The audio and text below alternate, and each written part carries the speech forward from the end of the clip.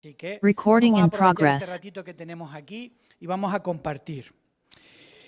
Muy bien, me gustaría preguntar si alguien ha tenido hoy el pensamiento o el deseo de no venir a la iglesia. Y no me refiero exclusivamente por el tiempo, que el tiempo puede ser que nos haya restringido mucho. No. Me refiero a otros motivos. ¿Alguien ha tenido el deseo o el pensamiento de no venir hoy a la iglesia? Aparte de mí. Así, hay más gente. Vale, pues entonces lo que voy a hacer es, si ustedes me permiten y lo consideran bien, nos vamos a dar un abrazo. Pero los que han levantado la mano, Carlos, Adrián, levanta por favor. Estoy muy contento de que hayas venido ahora. Es una bendición que estés aquí con nosotros.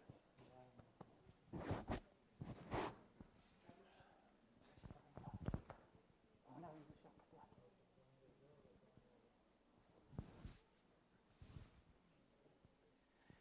¿Saben, hermanos? Porque yo también he tenido el deseo de no venir hoy. Me tocaba predicar, con lo cual no me ha tenido más remedio que venir. Pero quizás no tenía la sensación, ese deseo anhelante de venir a la iglesia. Y yo creo que es porque necesitaba ese abrazo. ¿Sabemos cuánto bien hace un abrazo, hermanos? Creo que recordar que el Ministerio de Salud tuvo hace un tiempo, no sé si Violeta, creo, y nos explicaron los beneficios que tienen los abrazos. No sé si lo recuerdan, las serotoninas que se liberan cuando se da un abrazo, pero cuando se da un abrazo sincero, cuando se da un abrazo cariñoso, cuando se da un abrazo afectivo.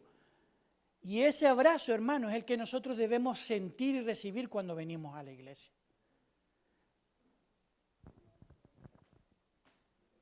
Ahora que ya me siento más a gusto de estar aquí en la iglesia, quiero presentarles un tema, pero no quiero presentárselo de una manera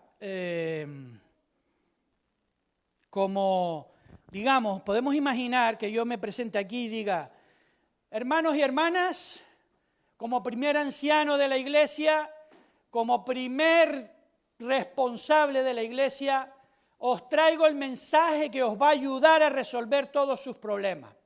Os traigo el mensaje que necesitáis escuchar.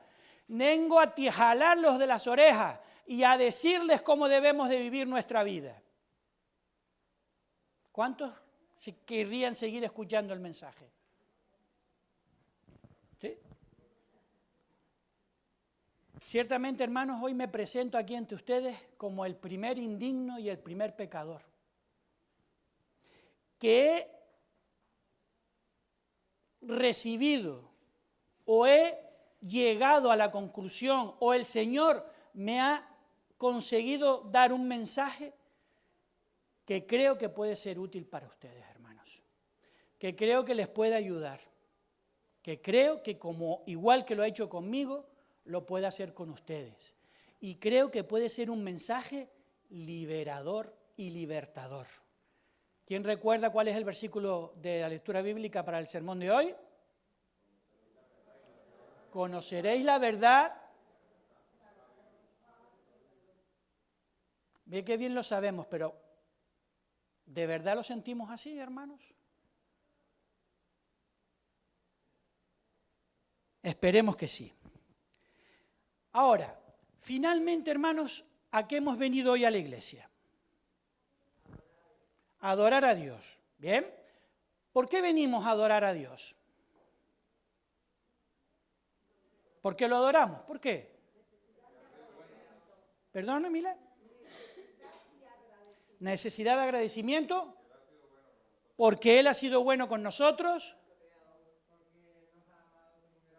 Porque nos ha amado primero a nosotros.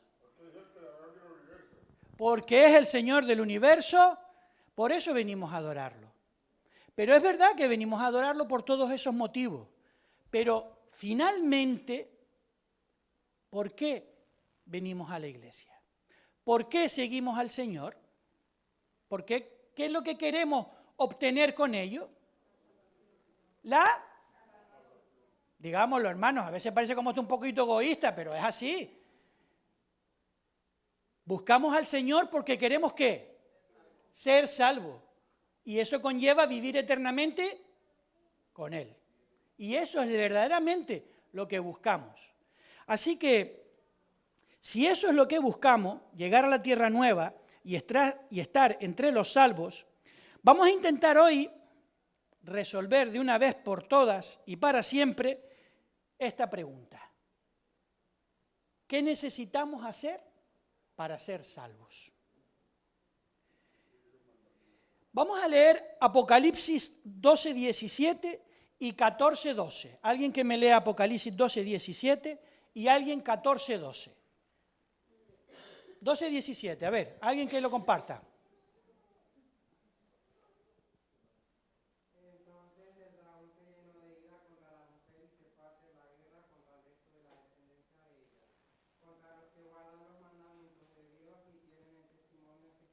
Gracias, Adrián. Y 14, 12, por favor. Tres características de los santos. Aquí está la paciencia de los santos, los que guardan los mandamientos de Dios y la fe de Jesús. Fíjense que estamos hablando en Apocalipsis. ¿Apocalipsis cuándo es? ¿O cuándo sucede? En el tiempo del mundo, ¿cuándo sucede el Apocalipsis? El final. Y aquí hay dos definiciones de los que son considerados salvos, que es lo que nosotros estamos buscando. ¿Cuál es la característica de estos salvos? ¿Cuál es la que se repite en los dos? Los que guardan los mandamientos de Dios. Así que debe ser importante de los mandamientos de Dios. ¿Saben que es uno de los temas más, dentro del mundo cristiano en general, es uno de los temas más controversiales? Esa es la pregunta que se hacen muchos cristianos. ¿Están anulados los 10 mandamientos? ¿Saben que un gran porcentaje de los cristianos piensan que los 10 mandamientos están anulados? Si los 10 mandamientos estuvieran anulados, ¿por qué Apocalipsis nos dice que al final de los tiempos, los que son salvos, ¿cuál es su característica? Guardan los mandamientos de Dios. Lo cual quiere decir que no puede estar anulado. Fíjense lo sencillo que es el razonamiento. Pero aún así, Satanás se empeña en seguir diseminando que sí, que cree en Dios, pero no te preocupes por la ley, no te preocupes por los mandamientos, porque eso ya está abolido. ¿Por casualidad alguno de los que están aquí piensan que los 10 mandamientos están abolidos? Bueno, eso es bueno. Muy bien. A ver, perdón, que no lo he encendido. Sí, no, aquí. A ver. Aquí. Muy bien. Vamos a leer algunos textos para poder reafirmarnos si verdaderamente los 10 mandamientos han sido abolidos o no. Mateo 5, 17, dice así, el propio Jesús: no penséis que he venido para abrogar la ley o los profetas. No he venido para abrogar, sino para cumplir. Pero cuando muere, ¿está la ley abrogada? Esto es una reflexión que vamos haciendo. Lucas 16, 17. Pero más fácil es que pasen el cielo y la tierra que se frustre una tilde de la ley. Pero cuando Él muere, ¿se frustra toda la ley? Juan 14, 15. Si me amáis, Juan 14, 21. El que tiene mis mandamientos, ¿y qué hace? Y los guarda, ese es el que me ama. Y el que me ama será amado por mi Padre. Yo le amaré y me manifestaré a él. Y Juan 15, 10. Si guardareis mis mandamientos, permaneceréis en mi amor, así como yo he guardado los mandamientos de mi Padre y permanezco en su amor. Pero cuando Él muere, ¿la ley ya no constituye la prueba de su amor? Fíjense que, ¿cuál es la prueba de que alguien ama a Dios? Según los textos que acabamos de leer. Esa es la única prueba de que alguien ama a Dios. Pero cuando Él muere, ¿ya esa ley no constituye esa prueba de amor? ¿Saben? Lo que pasa es que genera muchos problemas la palabra ley y la palabra mandamiento. ¿Saben que esa palabra es un poco un invento posterior? ¿Saben cómo decían los hebreos? Los 10, no decían los 10 mandamientos, las 10 palabras. Cada mandamiento significaba que era palabra de Dios.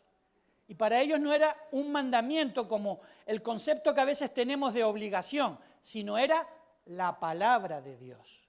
Y vamos a intentar entender un poquito todo esto. Muy bien, veo que todos estamos de acuerdo en este aspecto, ¿verdad? La salvación es por gracia. ¿Sí? ¿Estamos de acuerdo? Claro, ahí estamos de acuerdo. Ahora, fíjense ustedes qué sutil ha sido el engaño de Satanás con muchos cristianos. Normalmente se asocia la idea de que si somos salvos por gracia y por fe, la ley ya no está vigente.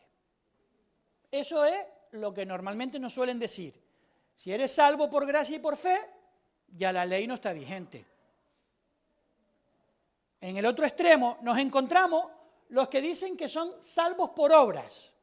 ¿Por qué? Porque dicen que la ley sigue vigente. Y a estos grupos se les llama los legalistas. ¿Hay algún legalista aquí, aparte de mí? Porque, fíjense, es muy importante. Vamos a ver ahora cómo a veces asocian las cosas que no están correctamente asociadas. Estamos totalmente de acuerdo, 100%, que somos salvos por la gracia y por la fe. ¿Qué nos dice Efesios 2:8? ¿Lo podemos leer? ¿Les llega a la vista? Porque por gracia sois salvos por medio de la fe. Y esto no es de vosotros, pues es don de Dios. Así que, hermanos, aquí no podemos perder el tiempo en disecciones. Somos salvos por la gracia, por medio de la fe. En este punto estamos totalmente de acuerdo. Somos salvos por la gracia y por la fe. Ahora, el problema llega aquí. Que seamos salvos por la gracia y por la fe, no quiere decir que la ley no esté vigente. Son dos temas diferentes. El problema es que normalmente las suelen asociar. Yo estoy seguro que somos salvos por gracia y por fe al 100%. Pero también, ¿qué nos dice Romanos 3:31? Luego, por la fe, ¿invalidamos la fe? Nos pregunta. Si somos salvos por la gracia y por la fe, luego por la fe, ¿invalidamos la ley? ¿Qué nos dice? En ninguna manera, sino que confirmamos la ley. No sé si nos estamos dando cuenta que estamos hablando de dos temas diferentes. Y el problema es cuando quieren hacer que las dos cosas van unidas. Somos salvos por la gracia y por la fe, la ley ya no está activa. Pero son dos temas diferentes. El primer tema es nuestra salvación y el segundo tema es la vigencia de los 10 mandamientos. No tiene nada que ver una cosa con la otra. Aquí es donde aquí es donde hay una diferencia ahora. Los legalistas no son los que dicen que la ley sigue vigente. Los legalistas son los que sí mantienen la idea de que son salvos por obras. Esos sí son legalistas. A veces, a los que somos salvos por gracia y por fe, pero decimos que la ley sigue vigente, nos llaman legalistas. Pero no lo somos, hermanos. No somos adventistas del séptimo día. Porque creemos fielmente que somos salvos por gracia. No hemos hecho nada. El Señor nos entrega eso que nosotros deseamos sin ningún mérito nuestro, hermanos. Pero eso es nuestra salvación. Eso no quiere decir que la ley no esté vigente. Muy bien. Entonces, ¿para qué sirve? Bueno, antes, ¿están todos de acuerdo de que somos salvos por gracia al 100%, pero que la ley sigue vigente? Muy bien. Recuerden la última vez que yo prediqué, les di un pequeño manual de instrucciones así como muy rápido, ¿verdad? De Romanos, para hablar con las personas que están. Hoy vamos a salir con un manual de cómo explicar bien los 10 mandamientos. Y cómo podemos hacerle entender que seamos salvos por gracia no quiere decir que la ley no esté vigente. Así que si somos salvos por gracia y por fe, pero la ley sigue vigente, ¿para qué sirve? Perdón, Ibe, que no oigo. Muy bien, muy bien. Vamos a ver, la ley tiene muchas funciones, pero vamos hoy a ver solo las dos principales. La principal función que tiene la ley es que nos muestra mi pecado. Es lo que conocemos como la ley del espejo. La ley es un espejo, perdón, no la ley del espejo, esa es otra, sino que la ley es un espejo. Tenemos varios textos para poder verlo. Primero de Juan 3:4. Todo aquel que comete pecado infringe también la ley, pues el pecado es infracción de la ley. Romanos 3:20, ya que por las obras de la ley ningún ser humano, ¿escuchan? Por las obras de la ley ningún ser humano será justificado. ¿Está eso en contra de lo que estábamos hablando? No, ninguno nos vamos a poder salvar por las obras. Ahora, porque por medio de la ley es el conocimiento del pecado. Y en Romanos 7:7, pero yo no conocí el pecado sino por la ley, porque tampoco conociera la codicia si la ley no dijera, no codiciarás. Así que esto es lo que se conoce como la ley es un espejo. ¿Cómo puedo saber yo que tengo la cara sucia? ¿Solamente cuándo? Claro, pero ¿me puedo limpiar con el espejo? Si yo me restrego la cara contra el espejo, ¿me voy a limpiar? Necesito el agua. Mancho el espejo, correcto. O sea que ese espejo no me está limpiando. Lo que me dice es lo que tengo que limpiar. Y eso es lo que hace la ley, hermanos. La ley no me va a limpiar. La ley no me va a salvar. La ley no me va a justificar. Pero me dice el problema que tengo y lo que yo tengo que arreglar. Y me lleva, que este es el segundo objetivo, a donde yo me puedo limpiar esas manchas. Perdón, aquí me falta. No, perdón. Efectivamente, Jesús es el único que nos puede limpiar. ¿Cierto o no es cierto? Jesús dice que vino a salvarnos por gracia, por medio de la fe, como hemos visto en Efesios 2:8. ¿De qué nos vino a salvar? Del pecado. ¿Qué es el pecado?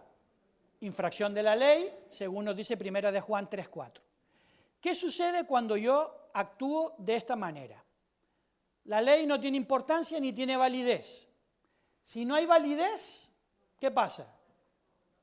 No hay pecado, porque la ley lo que me está diciendo cuál es el pecado. Si no hay ley, no hay pecado. Si nosotros no fuera, miren, tú te puedes ir a un país, creo que hay países en Asia, que tirar un chicle al suelo tiene una pena de cárcel. ¿Vale? Pero tú cambias de país y ya puedes tirar el chicle al suelo.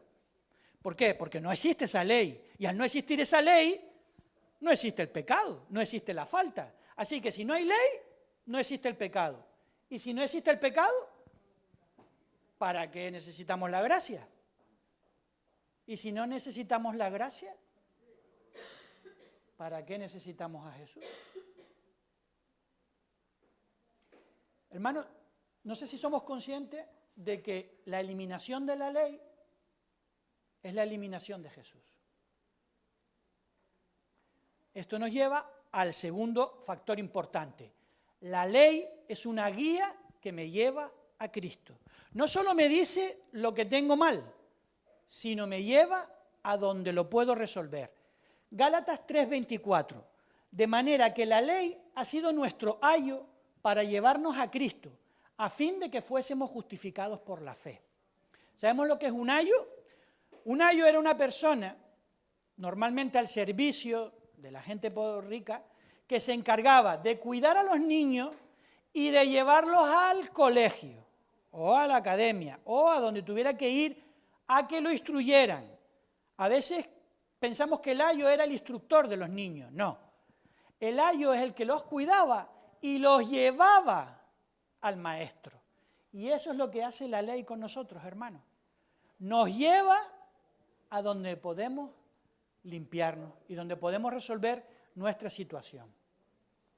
Así que, todos lo tenemos claro. No sé por qué seguimos hablando de lo mismo. Es decir, ¿están todos de acuerdo, sí o no? Claro. Entonces, ¿por qué siempre hay tanto problema con lo de la fe y las obras? No, es que tal, no, es que tú te empeñas y por los mandamientos. No sé. La ley tenemos que ver ahora qué lugar ocupa en el plan de salvación. Como ya hemos visto, Efesios 2:8 está muy claro, estamos totalmente de acuerdo que somos salvos por gracia, que Jesús murió por nosotros, sin que nosotros tengamos ningún mérito ni hagamos lo que hagamos, vamos a poder merecer absolutamente nada, y que solamente por medio de la fe podemos aceptar ese sacrificio expiatorio que el Señor ha hecho por nosotros. Así que, si somos salvos por la gracia y por medio de la fe, ¿los salvos qué hacen? ¿Cuál es la función de los salvos?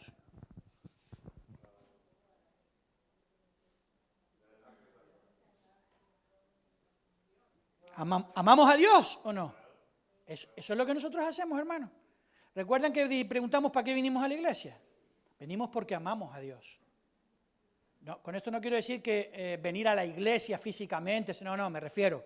Queremos reunirnos, queremos congregarnos porque amamos a Dios. ¿De acuerdo? Ahora, fíjense lo que dice 1 Corintios 8:3. Pero si alguno ama a Dios, es conocido por Él. Ahora, yo les digo una cosa. No podemos amar a Dios si no amamos al prójimo. Me encantan estas frases que sabemos todos de memoria y las repetimos, pero a veces a mí me dan un martillazo. Conoceréis la verdad y la verdad os hará libre. Y la leemos y ¡wow! No podemos amar a Dios si no amamos al prójimo, pero no es un invento mío. Lucas 10:25. Dice que un intérprete de la ley se levanta y le prueba al maestro diciéndole, ¿qué cosa haré para heredar la vida eterna?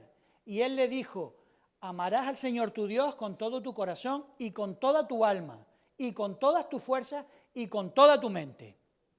¿Fue lo que le dijo Jesús? ¿Sí? ¿Falta algo? Y amarás a tu prójimo como a ti mismo. No está separado, hermanos. Yo no puedo decir que amo a Dios si no amo a mi prójimo. Mateo 25:40. Y respondiendo el rey les dirá, de cierto os digo que en cuanto lo hicisteis a uno de estos mis hermanos, a mí lo hicisteis. Quiere decir que todo acto que nosotros hagamos sobre otras personas es como si se lo hiciéramos a ¿quién? Los actos buenos y los malos. Todo acto que hagamos hacia otra persona, se la estamos haciendo a Dios. Juan 13:35. En esto conocerán todos que sois mis discípulos. En que os reunís los sábados en la iglesia. En que coméis esto sí y esto dejáis de comerlo. ¿En qué se nota?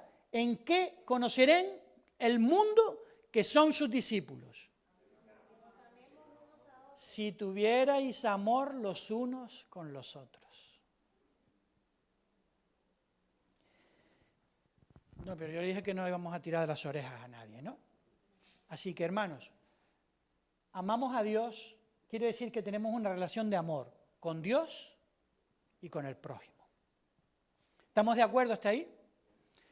Aquí es donde surgen ahora las diferencias. Si nosotros amamos a Dios, como consecuencia, ¿qué vamos a hacer? Los mandamientos. Es lo que el Señor nos dice. Si me amáis, fíjense que a veces no es cuestión de buscar, los versículos son muy claros y directos. Si me amáis, No tiene que decir más nada. O sea, si tú dices que me amas, si me amas, guarda mis mandamientos.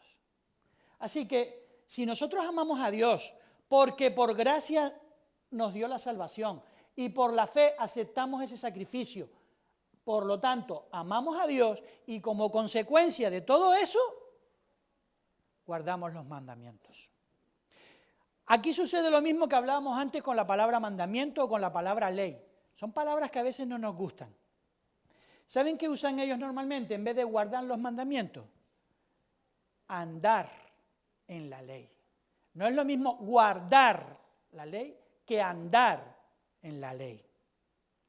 Fíjense ustedes a veces cómo ciertas palabras nos condicionan en el entendimiento de ciertos aspectos. Ahora seguimos adelante. Vamos a los extremos que suele haber. Hay un extremo que dice que ¿qué? ¿Qué dice una parte del...? Recuerden que estamos hablando de la cristiandad en general. ¿Qué dice una parte de la cristiandad? Dicen que aman a Dios, pero no guardan la ley. Por varios motivos. Uno puede decir porque creen que ya no está vigente, o la segunda es porque la han modificado. Aquí suceden dos cosas. Hay un versículo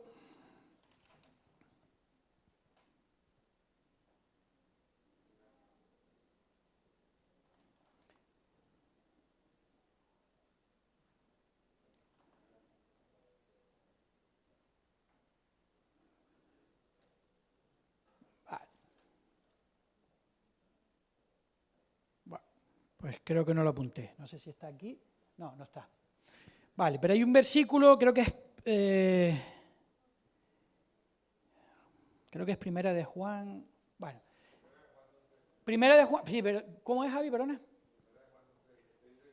Exacto, Primera de Juan 2, 3 y 4, que dice, léelo, Javi, si lo tienes ahí.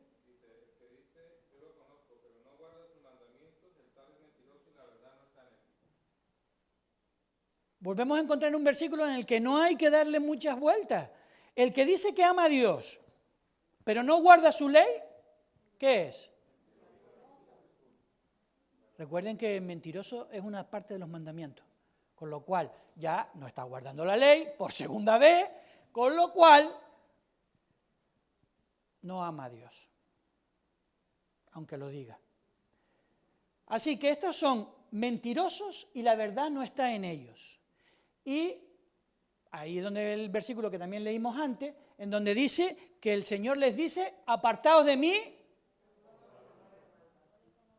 hacedores de maldad. ¿Saben que en el griego original se usa la palabra anonía, que verdaderamente su significado es violadores de la ley? Así que verdaderamente el texto lo que dice es, apartaos de mí, no os conozco, apartaos de mí, violadores de la ley. Eso es lo que dice exactamente el texto en el griego original. Ahora nos vamos al otro extremo.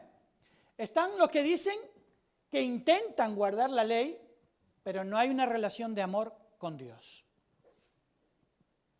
Vamos a ponerle un ejemplo muy sencillo para este caso. Un esposo dice que ama a su esposa, pero de vez en cuando se va con una amiguita, una tardecita, una noche, total. ¿Ama de verdad a su esposa? No es un amor verdadero. No es el amor que Dios quiere. Ahora nos vamos al segundo caso. ¿Un esposo puede ser fiel a su esposa y no amarla? Sí, sí. Hay esposos que son fieles a su esposa por muchos motivos o por diferentes motivos, pero verdaderamente no la aman. Y ese es el caso del otro extremo. Intentan guardar la ley, pero no hay una relación de amor con Dios. Por varios motivos. Aquí sí nos encontramos a nuestros amigos, los legalistas, que hacen esto porque quieren ser salvos. O lo pueden hacer por motivos sociales o éticos. yo pertenezco a un grupo religioso o mi familia pertenece a un grupo religioso y si yo hago ciertas cosas, pues soy más aceptado, estoy mejor, no tengo tantos problemas. O en mi familia tienen unos niveles éticos muy altos y hay que ayudar al enfermo, hay que estar con el pobre y hago todos estos actos, pero de verdad no los amo, sino simplemente hago los actos. ¿Qué pasa con ellos? En rojo vemos los problemas.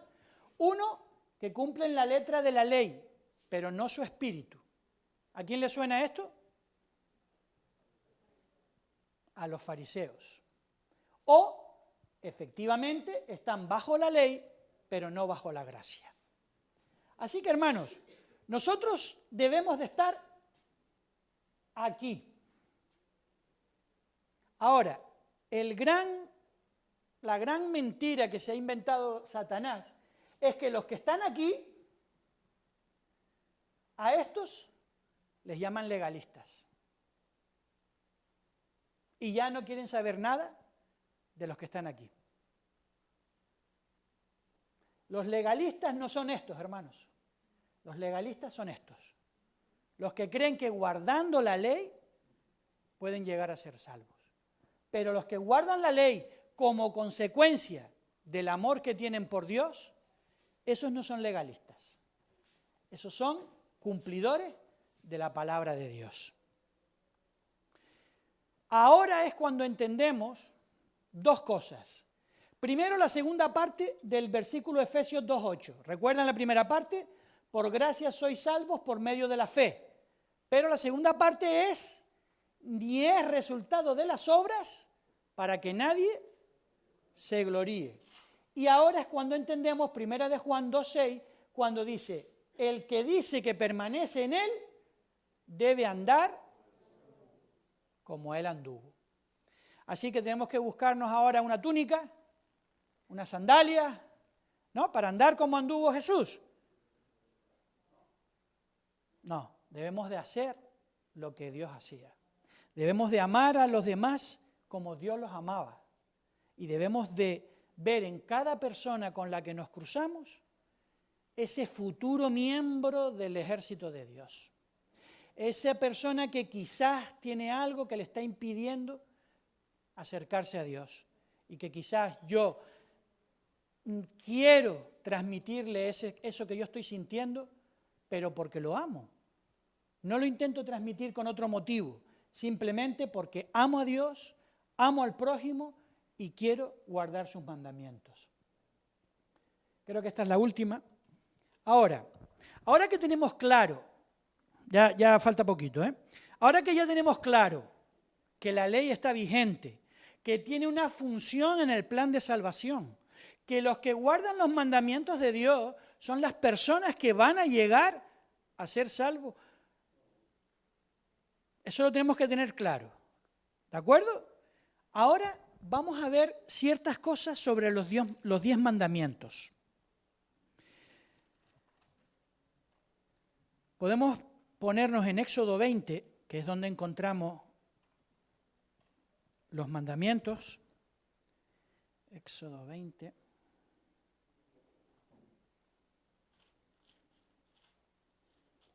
Muy bien. Vale. Según encontramos en Éxodo 31, 18, Moisés recibió las tablas escritas, ¿por quién? ¿Qué otra parte de la Biblia está escrita directamente por Dios? Ninguna. Todo lo demás buscó un escritor y dijo, escribe ahí lo que yo te voy a decir. Excepto cuando yo quiero que algo quede bien claro, ¿qué hago? Lo hago yo. Pon ahí, ¿no? O sea, cuando lo hago yo. O sea, bueno, no, pero fulanito se puede encargar. No. Lo hago yo, porque quiero que quede claro. Eso fue lo que hizo Dios cuando escribió los 10 mandamientos con su propio dedo. Quiero que quede claro que esto es mi deseo para ustedes.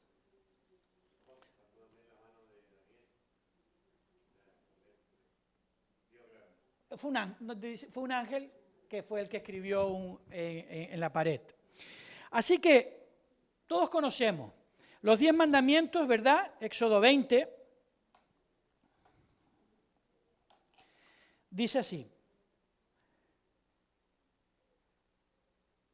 No los vamos a leer todavía. Vamos a ver, todos los conocemos perfectamente, cuál es el equilibrio que existe en los 10 mandamientos. Los 4 primeros mandamientos son la relación con nuestro Dios y los otros 6 son la relación con nuestro prójimo. Fíjense ustedes que toda la ley cubre casi todas las situaciones del ser humano. Las acciones, las palabras e incluso los pensamientos. Y fíjense que normalmente en el aspecto con los demás está graduado. Fíjense. Vamos a empezar, por ejemplo, por el versículo 13. Éxodo 20, versículo 13. ¿Qué dice? No matarás. Fíjense que esto es un delito contra la vida. Por lo tanto, es una agresión física. El 14. Fíjense que esto es un delito contra la familia y es una agresión moral. El 15. Fíjense que esto es un delito contra la propiedad y es una agresión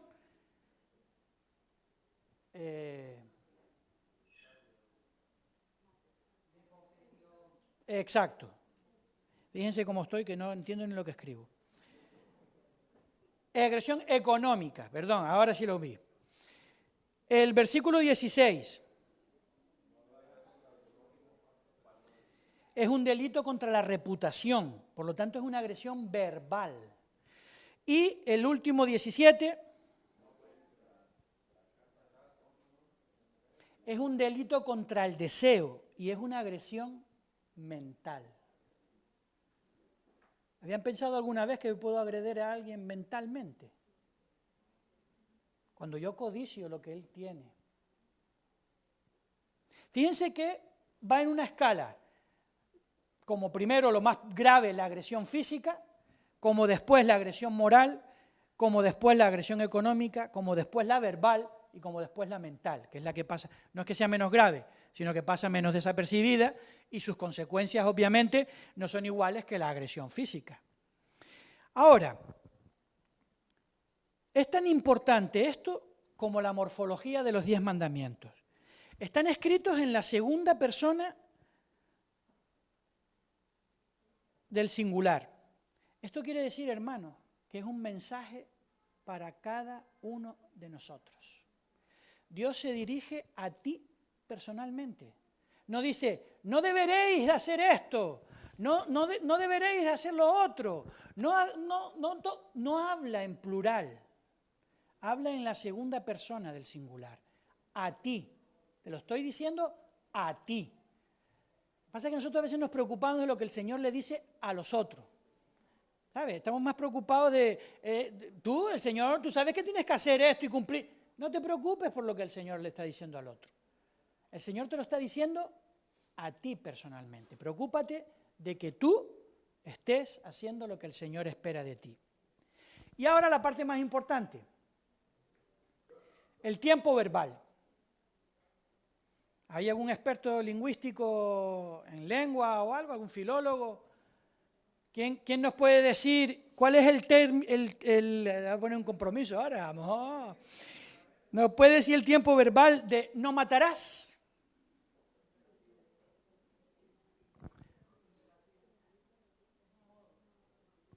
No es el tiempo verbal de matarás. Ajá, muy bien, es un futuro imperfecto, no en negativo. Un futuro imperfecto en negativo. Muy bien. Cuando yo quiero que mis hijos no hagan algo, ¿qué les digo? Yo no quiero que corra, ¿qué le digo? No corras. No uso el futuro imperfecto. Uso ¿Cuáles corres? O cuando vamos a entrar a algún sitio y hay unas normas donde está prohibido correr, ¿qué dice? No correr, en imperativo, en el infinitivo. ¿Alguna vez habéis entrado en una piscina y dice, no correrás por el borde de la piscina? ¿O habéis entrado en algún sitio, no robarás nada de las estantes? ¿Sí? ¿Habéis leído esas normas así, con ese tiempo verbal? Entonces, ¿será que el tiempo verbal nos está indicando algo especial? Las prohibiciones, que a veces vemos los 10 mandamientos como prohibiciones o mandatos, los mandatos y prohibiciones se dan en tiempo verbal infinitivo o en presente imperativo. No corras, no correr, pero nunca se usa no correrás. Si Dios quisiera habernos dado una orden, habría dicho no mates o no matar, pero dice que no matarás. No sé si somos conscientes de la diferencia que esto marca. Si obviamente el tiempo verbal nos está diciendo que no es una prohibición, ¿qué será? Una recomendación. Bueno, está bien, como propuesta está bien, Adrián. Yo lo veo como un compromiso en el sentido de que cuando tú tienes un trabajo te dice como tú firmas como que no harás esto en tu tiempo de trabajo, ¿sabes? Entonces esa firma se puede interpretar como el bautismo en el que tú sellas en tu relación con Dios que no vas a hacer esto y entonces se dice de cara a futuro porque es una ley que tú vas a seguir en todo tu transcurso de vida. Muy bien, también tiene su sentido. Ahora, si no es una prohibición, aunque pudiera ser una recomendación, tampoco es una recomendación. ¿Saben qué es lo que son?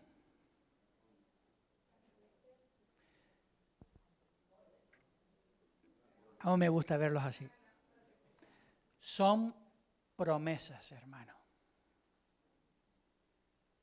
El Señor nos promete que si nosotros lo amamos de verdad y nos entregamos a Él, va a ser que no mates. No vas a matar porque yo no voy a permitírtelo. No vas a robar. Si tú te entregas a mí, no matarás. ¿Ven cómo ahí el tiempo verbal sí cumple las expectativas? Si tú te entregas a mí, no robarás. Si tú te entregas a mí, no adulterarás. Como es una promesa que el Señor nos está dando. Como va un poquito en relación a lo que decía Adrián, esa firma de ese contrato, el Señor se compromete. Si tú me entregas tu vida y tu corazón y me amas de todo corazón, que es lo que nos pide, no matarás, no robarás, no codiciarás. O sea, es un fruto de lo que yo estoy haciendo previo. El Señor solo nos pide que le entreguemos, que lo amemos ¿cómo? Con toda nuestra mente, con toda nuestra fuerza y con todo nuestro corazón. ¿Qué dice Filipenses 3:16? Ama a Dios. 3:16, 3:14. Eso es el problema de que ya la memoria no... ¿Ama a Dios? No. ¿Cuál es el texto? Que ama a Dios y todo lo demás, ¿cómo es? Filipenses es todo lo puedo en Cristo que me fortalece. Ya me lié.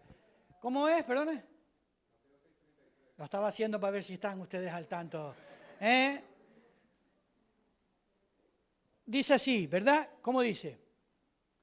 Más bien busquen primeramente Eso. el reino de Dios y su justicia, y todas estas cosas les serán añadidas. Hermanos, quiere decir que si buscamos a Dios, si tenemos una relación de amor con Dios, con el prójimo, lo amamos de verdad, guardaremos los mandamientos. Los mandamientos nunca han sido puestos para entorpecernos la vida, como una prohibición, como una regla. Los mandamientos están puestos para que vivamos felices, hermanos. Es el deseo que Dios tiene para nosotros. Es como si Dios dijera, miren, lo vamos a ver claro en el siguiente aspecto. ¿Por qué siempre empezamos los 10 mandamientos en el segundo versículo? No lo entiendo. Siempre empezamos los 10 mandamientos en el tercer versículo.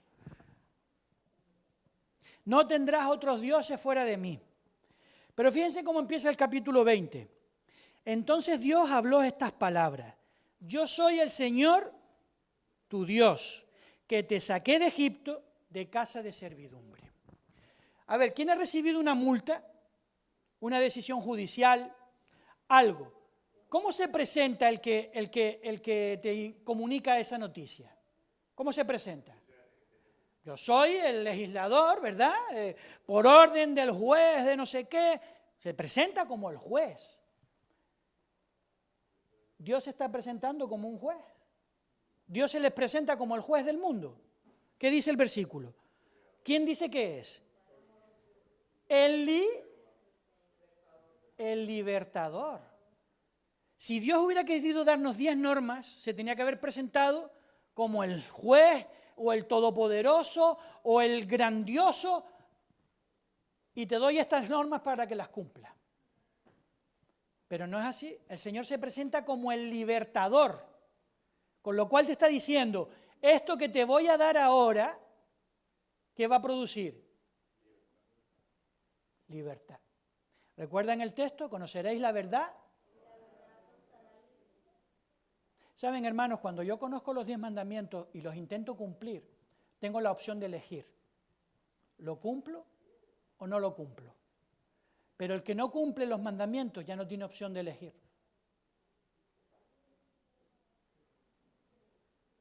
Yo tengo la opción de drogarme o no drogarme, para que lo podamos entender. El drogadicto no tiene esa opción. El que ya es drogadicto no tiene esa opción. Por eso cuesta tanto poder dejar esas cosas. Entonces, yo guardo los mandamientos y eso es lo que me da la libertad. Yo decido si lo hago o no lo hago. Tengo la posibilidad de decidirlo.